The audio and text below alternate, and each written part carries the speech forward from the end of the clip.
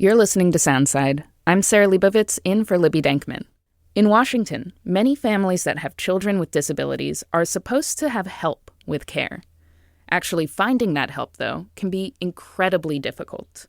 KUOW producer Jonathan Chang has this story on the struggles some families have experienced and the lengths they're going to try and make it better. It's a sunny Tuesday afternoon. I'm in front of a quaint suburban home in Redmond to meet Jason and Laura Sokoloff.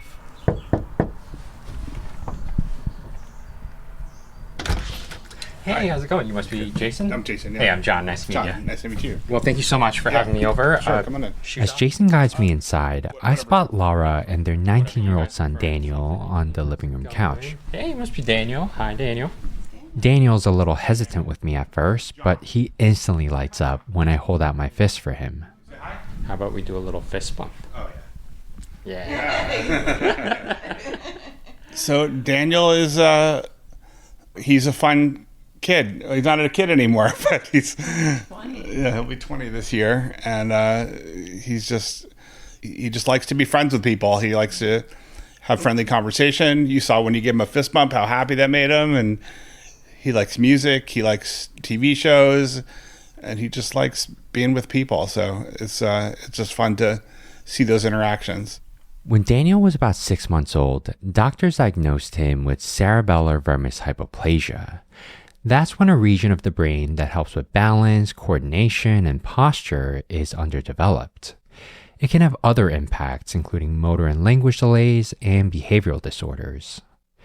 For Daniel and his family, it's meant nearly 20 years of full-time personal care needs. So he wakes up often 5 a.m. or lately it's been 4, but he wears a brief, so I have to change him. Well, wait, you should say that when he wakes up, he has a nice rocking chair in his room that he likes to bang against the wall in the early morning. And that's how we know he's awake. Yeah, so that it's a bit of a rude awakening. Yes. But essentially it's changing him in the morning, getting him dressed. We have breakfast, which I feed to him. Takes a lot of medicine too. He has a barrage of prescriptions for behavioral health and for anxiety and ADHD.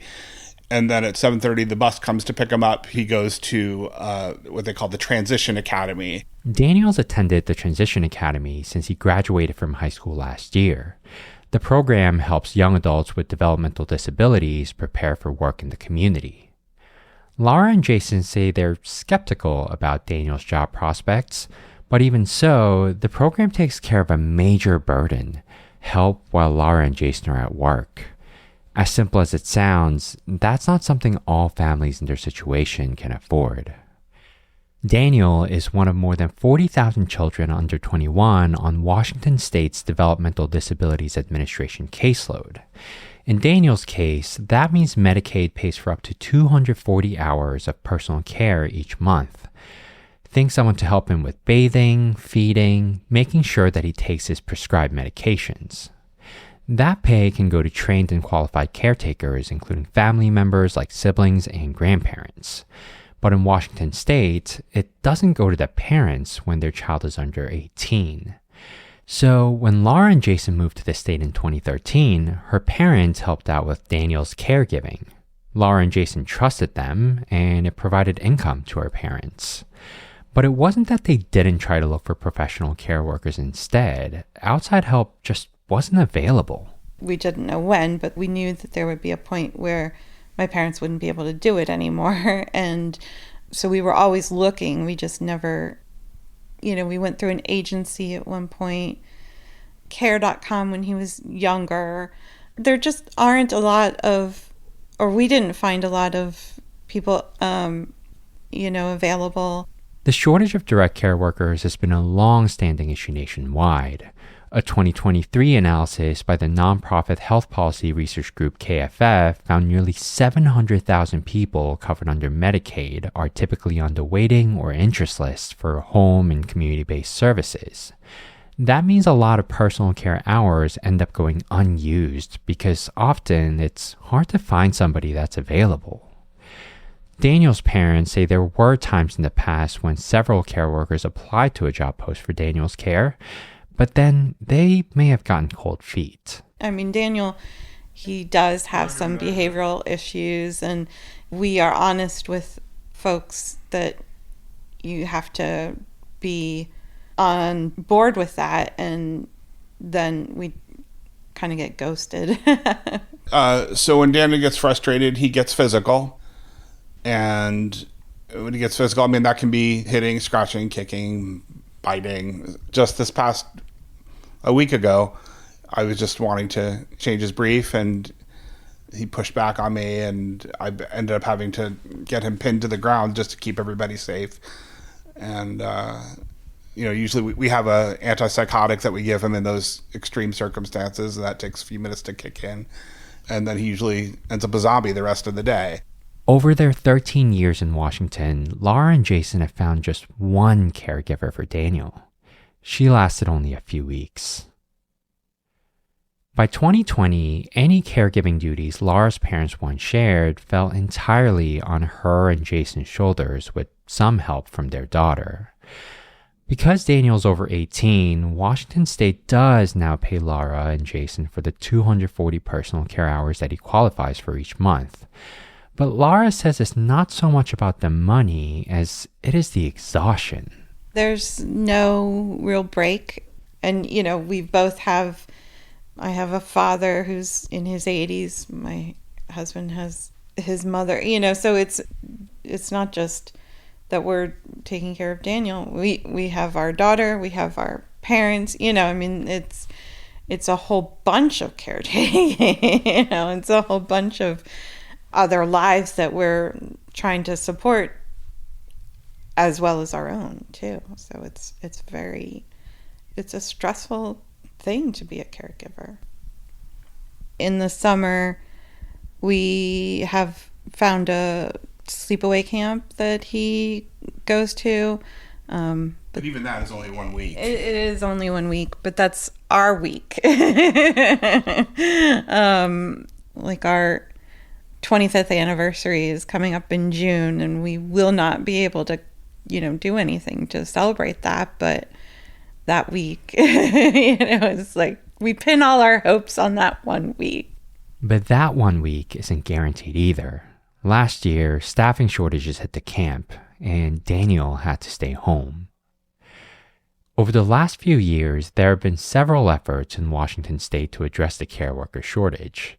For instance, in 2023, state legislators made it easier for people to qualify for home care aid certifications.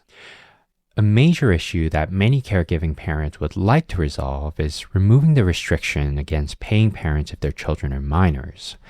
According to some analyses, 38 states currently pay parents caring for kids with disabilities under 18, although in some, those are only under special circumstances.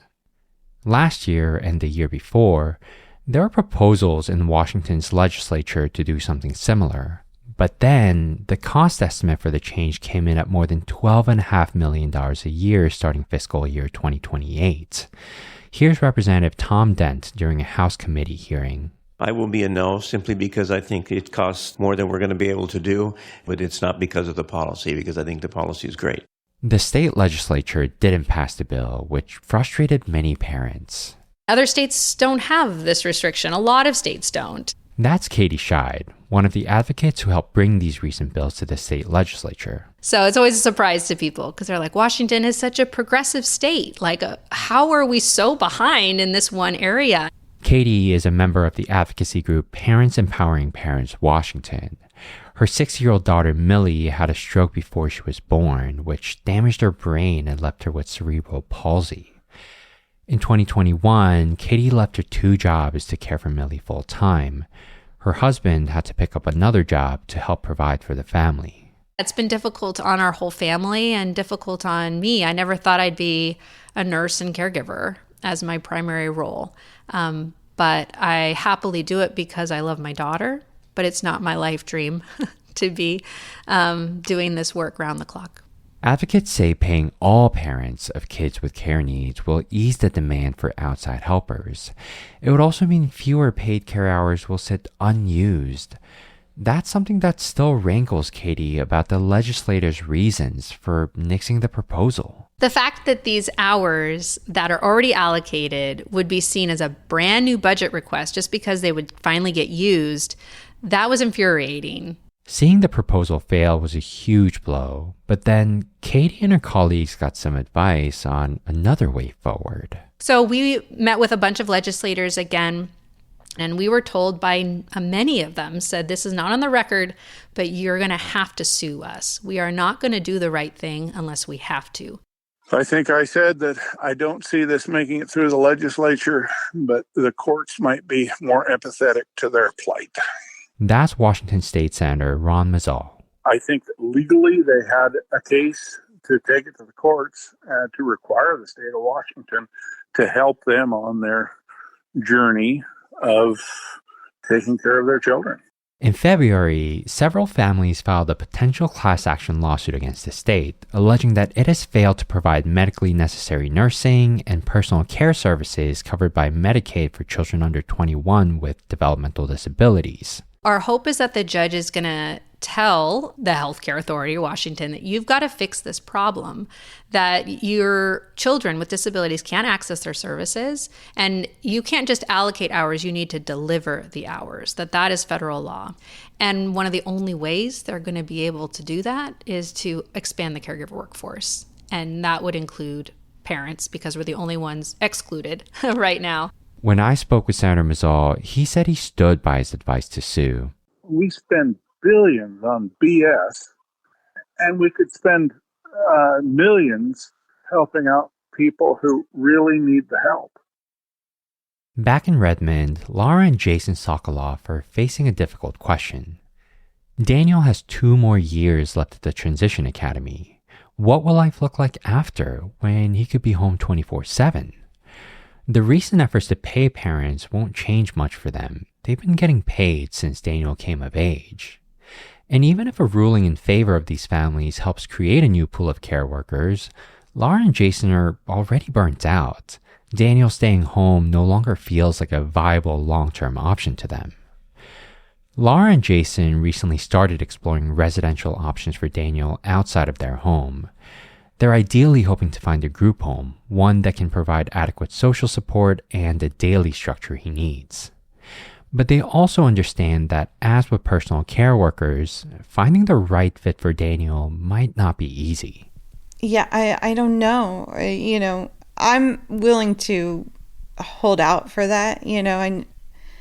I know it might be a while, but I have standards, and when it comes to him, I just can't imagine. Laura says they're committed to doing what's best for him. For parents like Laura and Jason, no change could give them back their years of sacrifice. But many believe that the first step is to address the ongoing care worker shortage and provide the families the relief they were promised. For Soundside, I'm Jonathan Chang. Thanks for listening to Soundside. Don't forget you can listen live on KUOW 94.9 FM Seattle at noon and 8 p.m. Monday through Thursday, or anytime online at KUOW.org or on your favorite podcast app.